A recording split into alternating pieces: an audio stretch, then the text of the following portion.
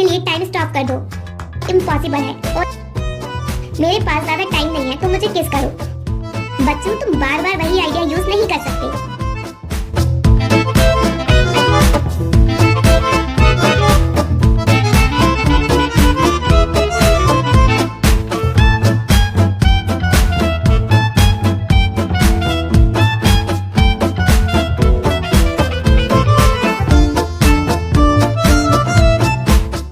Hello दोस्तों, अगर आपने इस ड्रामा के पिछले पार्ट नहीं देखे तो पहले आप उन्हें देख लें।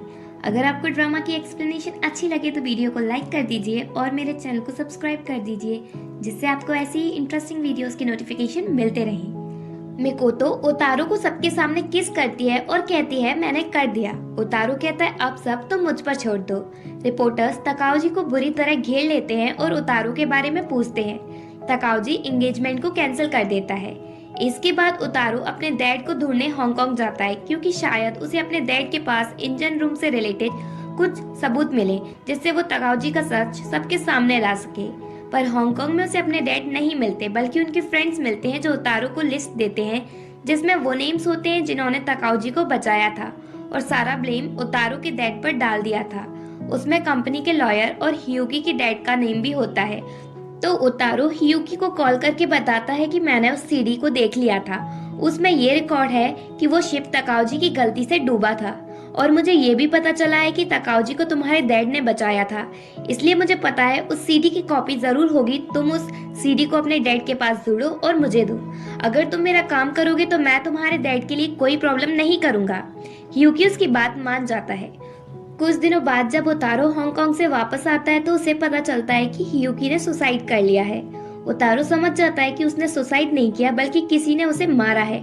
तो इसका पता लगाने के लिए वो साइको से मिलता है और उसे सारी बात बताता है। उसी टाइम ओतारो को मिकोतो मिलने बुलाती है और वो उसे बताती है कि 7 दिन पहले हियुकी मुझसे मिला था और उसके पास कोई सीडी थी। ओतारो समझ जाता है कि उसे सीडी मिल गई थी, तो वो जल्दी से साइको के पास जाता है और उससे कहता है मेरे पास ज्यादा टाइम नहीं है, तो मुझे किस करो। वो किस करते हैं और समय में 7 दिन पीछे चले जाते हैं। हियुकी कैफे के बाहर खड़ा होकर सीडी देखने लगा था, तभी चुपके से पीछे से आकर ओतारो उसके हाथ से सीडी छुड़ा लेता है, पर वो उसे धक्का देकर सीडी फिर से उससे वापस ले लेता है और वहाँ से भाग जाता है। अगली सुबह ओतारो को पता चलता है कि उसने सुसाइड कर लिया। ओतारो सच पता लगाने के लिए साइको को फिर से किस करता है और समय में 7 दिन पीछे जाता है। जब उसकी आंख खुलती है तो उसके हाथ में सीडी होती है। हियुकी उसे धक्का मारने वाला होता है, पर इस बार वो बच जाता है और हियुकी से कहता है बच्चों, तुम बार बार वही आइडिया यूज नहीं कर सकते। पर जब वहाँ मिकोतो आती है तो हियुकी उससे सीडी छुड़ाकर ले जाता है। ओतारो उसके पीछे भी नहीं जा पाता और इस बार भी हियुकी मर जाता है। ओतारो को समझ नहीं आता कि आखिरकार हियुकी को मार कौन रहा है। वो साइको के पास जाता है फिर से उसे किस करने पर। इस बार साइको उसे किस करने से मना कर देती है। तभी ओतारो उसके घर पर कोता का शूज देखता है और पूछता है ये तुम्हारे पास कैसे। वो कहती है जिसने मुझे शिप एक्सीडेंट में बचाया था, ये वही बच्चे का शूज है। ओतारो समझ जाता है कि जिस लड़की को उन्होंने बचाया था वो साइको ही है। साइको ये जानकर खुश होती है कि ओतारो जिंदा है, पर ओतारो को उस पर बहुत गुस्सा आता है और वो उससे कहता है तुम्हें बचाने के चक्कर में मेरा भाई मर गया। हमारा मिलना कोइंसिडेंट नहीं है, बल्कि हमें कोता ने मिलाया है। फिर वो साइको को किस करता है। साइको उसे रोकती है और कहती है इस बार पीछे जाना डेंजरस हो सकता है। ओतारो उसकी बात नहीं सुनता और उसे किस करता है। समय में 7 दिन पीछे जाकर इस बार हियुकी को वो ढूंढ लेता है।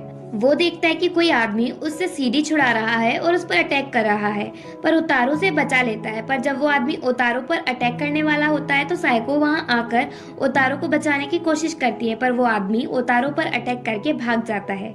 वो आदमी तकाओजी का फ्रेंड होता ही होता है। उसे ये करने के लिए तकाओजी ने ही कहा था, तो वो सीडी लेकर वहां से भाग जाता है। साइको ओतारो को किस करती है हियुकी के सामने, पर इस बार वो समय में पीछे नहीं जाते क्योंकि ओतारो मर चुका होता है। मिकोतो को जब ओतारो के मरने की बात पता चलती है तो वो बहुत रोती है। उसकी मॉम तकाओजी से कहती है कि अब वो मिकोतो से शादी करे और कंपनी संभाले। मिकोतो ये नहीं चाहती, पर मॉम की वजह से मानना पड़ता है। एक दिन मिकोतो अपनी फ्रेंड्स के साथ डिनर पर जाती है। साइको से फॉलो कर रही होती है। मिकोतो वॉशरूम में जाती है जहाँ पहले से ही साइको होती है। साइको उसे पकड़ती है और उसके कान में कुछ कहती है और फिर वो मिकोतो को किस करती है। मिकोतो मरते ही समय में 7 दिन पीछे चली जाती है। वो सोचती है जो अभी मैंने देखा वो सब सपना था। इधर साइको जल्दी से उतारू के पास पहुंचती है और इस बार वो उसे बचा लेती है, पर हियोकी ज्यादा इंजर्ड हो जाता है। उतारू तकाउजी के फ्रेंड का मुंह भी देख लेता है और पुलिस उसे अरेस्ट कर लेती है। मिकोतो उतारू को जिंदा देखकर खुश होती है और उसे हक कर लेती है। उतारू को लगता ही नहीं है कि वो पहले मर गया था। देन उतारू साइको से मिलता है। साइको कहती है मैं खुश हूँ कि तुम जिंदा हो। वो कहता है अगर तुम नहीं आती तो मुझे वो सीडी मिल जाती जो होते ही लेके आ। साइको से सच बताने की कोशिश करती है कि वो मर गया था, पर वो उसकी बात ही नहीं सुनता।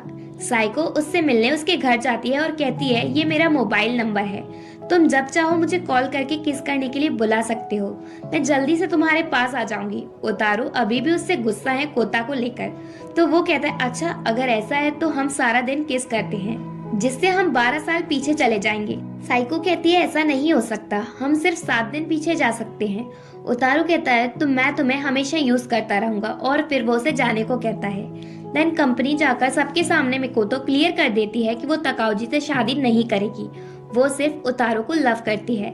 उसकी मॉम उससे कहती है वो एक होस्ट है।